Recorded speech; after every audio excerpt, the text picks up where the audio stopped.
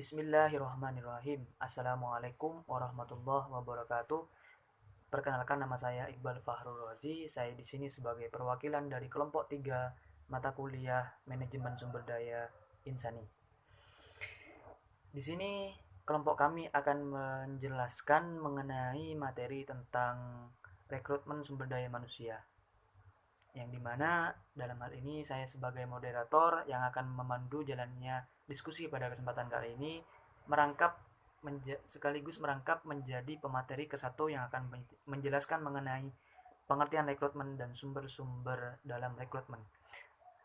Sebelum itu dimohon kepada teman-teman semua agar menyimak dan memahami video materi yang akan kami sampaikan, semoga bermanfaat. Bismillahirrahmanirrahim. Pengertian rekrutmen. Seperti yang kita ketahui bersama, pengertian rekrutmen itu banyak sekali pada umumnya. Tetapi pada dasarnya, semua intinya sama, yakni rekrutmen merupakan suatu proses mencari, mengadakan, menemukan dan menarik para pelamar untuk dipekerjakan dalam suatu organisasi. Rekrutmen merupakan suatu metode atau cara untuk mendapatkan persediaan sebanyak mungkin calon pelamar sehingga organisasi akan mempunyai kesempatan yang lebih besar untuk melakukan pilihan terhadap calon pekerja yang dianggap memenuhi standar kualifikasi organisasi. Itu merupakan pengertian rekrutmen. Yang selanjutnya akan saya jelaskan mengenai sumber-sumber yang dipakai dalam rekrutmen. Agar mendapat tenaga kerja yang dapat melaksanakan tugasnya dengan baik, dengan efisien, ekonomis, dan efektif, maka perlu mengetahui dan mengenali berbagai sumber dari dalam perekrutan tersebut. Yaitu diantaranya ada 2 sumber, yakni sumber internal dan sumber eksternal. Yang pertama, sumber internal. Yang dimaksud dengan sumber internal merupakan sumber rekrutmen yang berasal dari internal organisasi, dari dalam organisasi itu sendiri, yaitu melalui promosi karyawan yang sudah bekerja, transfer dari satu bagian ke bagian yang lainnya, ataupun penarikan kembali karyawan yang pernah bekerja saat bekerja di suatu organisasi. Jadi sumber internal memanfaatkan sumber-sumber atau cara yang sudah tersedia di dalam organisasi sebelum mencarinya di luar atau keluar perusahaan. Yang pertama, poin pertama dari sumber internal yakni meminta bantuan karyawan lama. Jadi pimpinan perusahaan atau bagian sumber daya manusia secara informal menanyakan kepada karyawan yang sudah ada bila mereka mengenal orang yang berminat untuk pindah kerja atau mencari peluang di tempat baru. Jadi pekerja lama merupakan salah satu sumber internal yang menjadi bahan untuk mengajak kenalan atau teman atau sahabat karib yang berminat untuk terjun di dunia lapangan pekerjaan yang baru. Yang berikutnya yakni mencari dari arsip bank data pelamar. Setiap direktur dan manajer sumber daya manusia biasanya memiliki kebiasaan untuk menyimpan data pelamar yang diterima. Paling sedikit selama 12 bulan atau 1 tahun. Tujuannya adalah apabila selama masa itu harus dilaksanakan rekrutmen, maka sebelum mencari calon ke sana kemari, tidak ada salahnya untuk mencari dalam bank data pelamar. Jadi sebelum mencari pekerja-pekerja baru dari luar organisasi, terlebih dahulu organisasi tersebut mencari data-data yang sekiranya cocok untuk dijadikan pekerja tetap ataupun pekerja di organisasi tersebut. Yang berikutnya yakni sumber yang kedua, sumber eksternal, merupakan sumber rekrutmen yang berasal dari luar organisasi, terdiri dari yang pertama, instansi pemerintah. Aktivitas instansi yang mengurusi ketenaga kerjaan adalah membina kerjasama dengan berbagai instansi lainnya di lingkungan pemerintahan dan dengan dunia usaha. Kerjasama tersebut dapat berwujud di satu pihak kesediaan para pemakai tenaga kerja menyampaikan informasi tentang berbagai lowongan yang tersedia. Yang berikutnya yakni perusahaan mencari tenaga kerja profesional. Perusahaan ini mengkhususkan diri pada pencarian tenaga kerja profesional, misalnya tenaga eksekutif atau tenaga profesional lainnya yang memiliki pengetahuan atau keahlian khusus. Berikutnya, lembaga pendidikan. Yang dimaksud dengan lembaga pendidikan sebagai sumber rekrutmen tenaga kerja adalah yang menyelenggarakan pendidikan tingkat sekolah menengah, tingkat atas, dan pendidikan tinggi.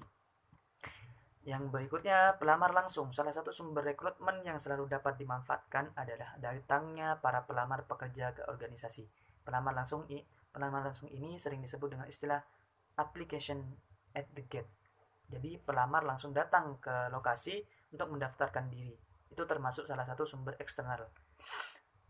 Yang berikutnya, lamaran tertulis. Pelamar mengajukan lamaran tertulis melengkapi surat lamarannya dengan berbagai bahan tertulis mengenai dirinya, seperti surat keterangan berbadan sehat dari dokter, surat berkelakuan baik dari instansi pemerintah yang berwenang, dan lain sebagainya yang dianggap perlu diketahui perekrut tenaga kerja.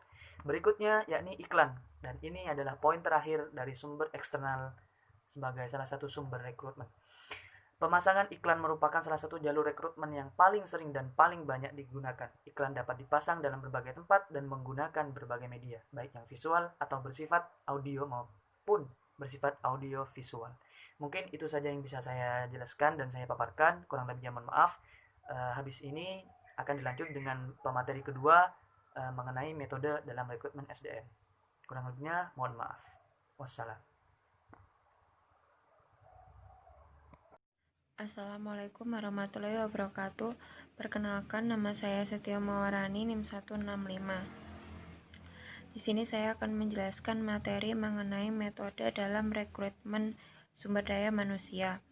Metode dalam rekrutmen sumber daya manusia terbagi menjadi dua, yaitu yang pertama metode terbuka dan yang kedua ialah metode tertutup.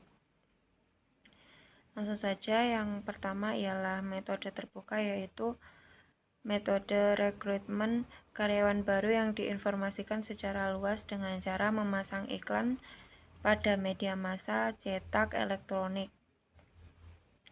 Kelebihan dari metode ini yaitu bisa mendapatkan banyak calon karyawan, sementara kekurangannya yaitu memerlukan banyak waktu sehingga untuk mendapatkan karyawan yang memenuhi persyaratan harus menunggu waktu yang lama. Yang kedua ialah metode tertutup, yaitu metode rekrutmen yang hanya diinformasikan kepada para karyawan atau orang-orang tertentu saja. Kelemahan dari metode ini yaitu pelamar pekerjaan relatif sedikit, sehingga kesempatan untuk mendapat karyawan yang baik dan memenuhi persyaratan menjadi sulit. Selain dari metode terbuka dan metode tertutup, juga terdapat beberapa metode rekrutmen yang dapat dipilih oleh lembaga dalam melakukan rekrutmen. Metode tersebut yaitu antara lain, yang pertama dengan memasang iklan. Jadi perusahaan memberitahukan informasi lowongan pekerjaan lewat papan pengumuman, televisi, radio, surat kabar, majalah, maupun internet. Metode ini dilakukan agar sebuah perusahaan dapat merekrut calon pekerja dengan spesifikasi tertentu dan dengan pengalaman pekerjaan tertentu. Yang kedua ialah employer referrals. Jadi metode ini ialah para pegawai lembaga atau perusahaan merekomendasikan pencari pekerjaan kepada departemen personalia. Metode ini yaitu perusahaan memperoleh informasi lengkap dari pemberi rekomendasi tentang pelamar pekerjaan. Yang ketiga ialah walk-in dan write-ins. Jadi walk-ins dan write-ins ini merupakan metode pelamar atau pencari pekerjaan datang sendiri ke lembaga perusahaan untuk melamar pekerjaan dan mengisi belangko lamaran yang sudah disediakan. Yang keempat ialah lembaga pendidikan. Lembaga atau perusahaan bekerja sama dengan lembaga pendidikan untuk mendapatkan tenaga kerja yang siap guna dan siap pakai. Contohnya yaitu penerimaan mahasiswa magang. Yang kelima ialah Departemen Tenaga Kerja dan Transmigrasi, yaitu rekrutmen tenaga kerja melalui Departemen Pemerintahan. Jadi lembaga atau perusahaan memanfaatkan calon pegawai yang mendapat rekomendasi dari Departemen Tenaga Kerja. Yang keenam ialah organisasi buruh. Metode ini yaitu dengan cara lembaga atau perusahaan bekerja sama dengan organisasi karyawan serikat buruh. Perusahaan biasanya akan meminta kepada serikat buruh daftar tenaga kerja yang memiliki kemampuan yang tepat karena serikat buruh ini belum mempunyai kedudukan yang kuat. Yang ketujuh ialah nepotisme. Metode nepotisme ini adalah metode penarikan tenaga kerja oleh lembaga atau perusahaan dengan mempertimbangkan hubungan kekeluargaannya. Metode ini tidak begitu mempertimbangkan kualitas pelamar pekerjaan, namun yang dipertimbangkan adanya hubungan atau tidak. Demikian presentasi saya mengenai metode dalam rekrutmen sumber daya manusia. Kurang lebihnya mohon maaf. Wassalamualaikum warahmatullahi wabarakatuh. Assalamualaikum warahmatullahi wabarakatuh. Perkenalkan, nama saya Vera Masito Nur Aziza, NIM 72. Di sini saya sebagai pemateri ketiga yang akan menjelaskan mengenai konsep dasar rekrutmen Islam. Jadi, Islam memandang bahwa proses rekrutmen merupakan persoalan yang krusial, karena proses rekrutmen berpengaruh terhadap hasil kinerja dan pencapaian tujuan suatu perusahaan atau organisasi. Selain itu, Islam juga menyatakan bahwa proses rekrutmen harus dilakukan dengan baik dan benar, agar tujuan rekrutmen untuk mendapatkan karyawan yang pantas dan patut dapat tercapai. Sistem rekrutmen dan seleksi sumber daya manusia yang sesuai dengan syariat Islam bertujuan agar tenaga yang diseleksi dapat dikembangkan potensinya semaksimal mungkin, sehingga mendapatkan banyak manfaat dari perekrutan tersebut. Islam juga mensyaratkan agar dalam pemilihan calon karyawan haruslah berdasarkan pada kemampuan, keahlian, dan pengalaman dalam bidang tersebut. Hal ini ditegaskan dalam Al-Quran, yaitu pada surat Al-Qasas ayat 26, yang artinya salah seorang dari kedua wanita itu berkata, "Ya Bapakku, ambillah ia sebagai orang yang bekerja pada kita, karena sesungguhnya orang yang paling baik yang kamu ambil untuk bekerja pada kita ialah orang yang kuat lagi dapat dipercaya."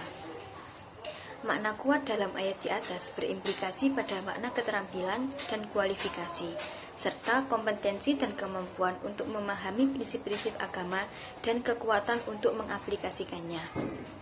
Kuat pada saat ini diartikan sebagai orang yang memiliki fisik yang sehat jasmani dan rohani. Karena dengan fisik yang kuat, seorang karyawan dapat melaksanakan tugasnya dengan baik. Selain itu, kata dipercaya dalam ayat di atas dapat bermakna kepada takwa kepada Tuhan Yang Maha Esa dan mempunyai komitmen moral yang tinggi untuk mencapai suatu sasaran. Ayat di atas menerangkan bahwa karyawan yang dapat diterima adalah karyawan yang dapat dipercaya. Artinya, seorang karyawan harus memiliki sifat yang jujur, dapat dipercaya dan menjalankan amanah dengan baik, karena kejujuran merupakan modal dasar bagi seorang karyawan. Islam melarang untuk mengangkat pegawai yang kurang kompetensinya dan kurang efisien apabila masih ada calon pegawai lain yang lebih baik. Islam juga melarang keras adanya nepotisme, favoritisme atau suka dan tidak suka, dan semua bentuk sogokan dan kolusi di dalam administrasi dan manajemen Islam. Rasulullah SAW bersabda, "Barang siapa yang diberi kepercayaan untuk mengurus suatu perkara, lalu mengangkat pegawai berdasarkan nepotisme, akan dikutuk oleh Allah, dan Allah tidak akan menerima kinerja lainnya yang serupa meskipun adil." Allah juga berfirman dalam Quran surat Al-Mudaththir ayat 38, yang artinya setiap orang bertanggung jawab atas apa yang telah dilakukannya. Rasulullah juga bersabda, "Jika urusan diserahkan bukan pada ahlinya, maka tunggulah kehancuran itu." Hadis riwayat Bukhari. Oleh karena itu, dibutuhkan rekrutmen dan seleksi serta penempatan sumber daya manusia yang benar dan tepat agar sesuai apa yang disyariatkan dan diajarkan sehingga menghasilkan manfaat yang baik. Rekrutmen di sini sangat menentukan keberhasilan proses perencanaan sumber daya manusia, karena proses rekrutmen adalah langkah awal sebelum dilanjutkan pada proses seleksi dan penempatan karyawan. Proses atau pekerjaan yang diawali dengan baik akan menghasilkan kebaikan dan sebaliknya. Pekerjaan yang diawali dengan keburukan akan mengakibatkan kegagalan dalam pencapaian hasil yang baik. Sekian penjelasan presentasi dari saya, kurang lebihnya saya minta maaf. Wassalamualaikum warahmatullahi wabarakatuh. Assalamualaikum warahmatullahi wabarakatuh. Perkenalkan, nama saya Sofia Naziha, NIM 017. Di sini saya akan menjelaskan tentang syarat rekrutmen dalam Islam dan kendala dalam rekrutmen SDM. Di sini saya pertama akan menjelaskan tentang syarat rekrutmen dalam Islam. Dalam kitab Asy-Syariah, Ibnu Taimiyah menjelaskan yang terpenting dalam persoalan ini mencari dan mengangkat pegawai adalah mengetahui yang paling pantas dan layak. Hal ini bisa disempurnakan dengan mengetahui wilayah dan jalan yang dimaksud untuk menuju ke arah sana. Jika engkau telah mengetahui maksud dan media fasilitas untuk mencapainya, maka sempurnakanlah urusan itu. Untuk mengetahui siapa yang paling patut dan layak menduduki sebuah jabatan yang harus ditentukan maksud dan tujuan dari adanya jabatan tersebut, kemudian dipikirkan bagaimana caranya menggunakan media atau fasilitasnya. Untuk menyempurnakan tujuan itu, hal ini biasanya dilakukan dengan membuat program-program atau langkah strategis untuk meraihnya. Dengan demikian, diharapkan bisa menentukan sosok patut dan layak mengembangkan tanggung jawab yang telah ditentukan. Selanjutnya saya akan menjelaskan tentang kendala rekrutmen SDM. Kendala-kendala yang dihadapi setiap perusahaan tidaklah sama, akan tetapi pada umumnya permasalahan ini yang dihadapi hampir sama seperti yang pertama, ada kebijaksanaan organisasi. Kebijaksanaan organisasi yang mempengaruhi perekrutmen itu adalah ada kebijaksanaan kompensasi dan kesejahteraan. Jika perusahaan dapat memberi kompensasi dan kesejahteraan yang cukup besar serta adil, maka pelamaran yang serius akan semakin banyak. Yang kedua, ada kebijaksanaan promosi.